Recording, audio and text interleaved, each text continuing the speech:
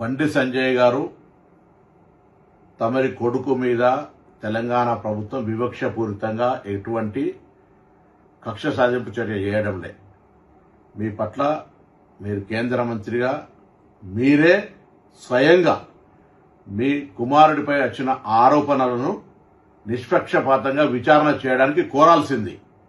మీరు దాని మీద ఏదో కుట్ర చేస్తా ఉన్నారు, సానుభూతి కొరకనే ప్రయత్నం చేసే కంటే ఆ అమ్మాయి మిమ్మల్ని కలిసిన మాట వాస్తవమా కాదా, ఆ అమ్మాయితో బాబు తిరిగిన మాట వాస్తవమా కాదా, వాటిని నిరూపణ చేసుకోవడానికి ప్రయత్నం చేసి నిర్దోషిగా అయితే నిర్దోషిత్వం నిరూపించుకోండి.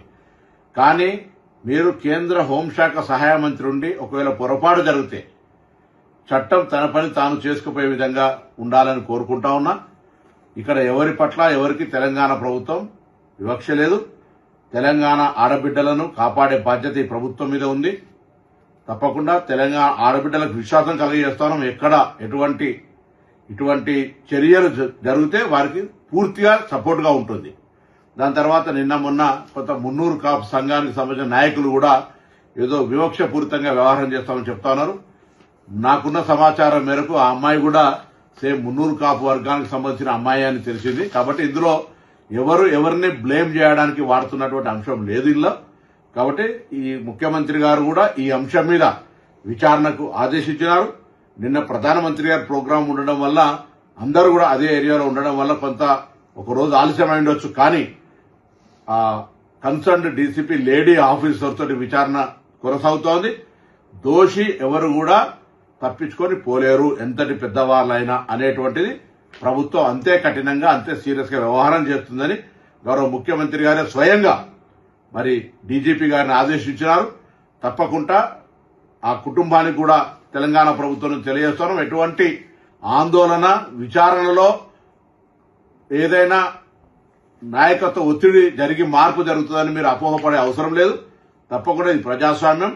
మీకు జరిగినటువంటి అన్యాయంగా మీరు అది ఒకవేళ తప్పకుండా అటువంటి సంఘటనలు జరిగి ఉండుంటే దోషి మీద ఎటువంటి శిక్షకు వెనుకాడిగే ప్రశ్న లేనేలేదు. కాబట్టి నేను ఈ సందర్భంలో మరొకసారి మా పార్లమెంటు సభ్యుడిగా మరి కష్టపడి రాజకీయాల్లోకి వచ్చినారు, బ్యాక్వర్డ్ క్లాస్ అంటా ఉన్నారు. దానికి ఎక్కడ కూడా అవన్నీ కూడా ఈ సంబంధించిన ఇష్యూకు సంబంధం లేదు. కాబట్టి మీ పట్ల డెఫినెట్లీ అదే మా పార్లమెంటు మెంబర్గా మీకు రెస్పెక్ట్ అనేటువంటిది రెస్పెక్టే. కానీ ఇటువంటి సంఘటనల పట్ల మనం వ్యక్తిత్వానికే మచ్చగలిగేటప్పుడు మనమే ఒక అడుగు ముందుకేసి అటువంటి దానికి విచారణకు సహకరించి మనం చేయాల్సి వస్తుంది. లేకపోతే అధికారాన్ని వినియోగించుకొని మనం విచారణకు అడ్డంగా పోయేటువంటి పరిస్థితుల వల్ల మనం దానికి వ్యవహరిస్తున్నట్టు వస్తే ప్రజాస్వామ్యం గౌరవించదు అనే మాటలు దయచేసి బండి సంజయ్ గమనించాలని కోరుతా ఉన్నా.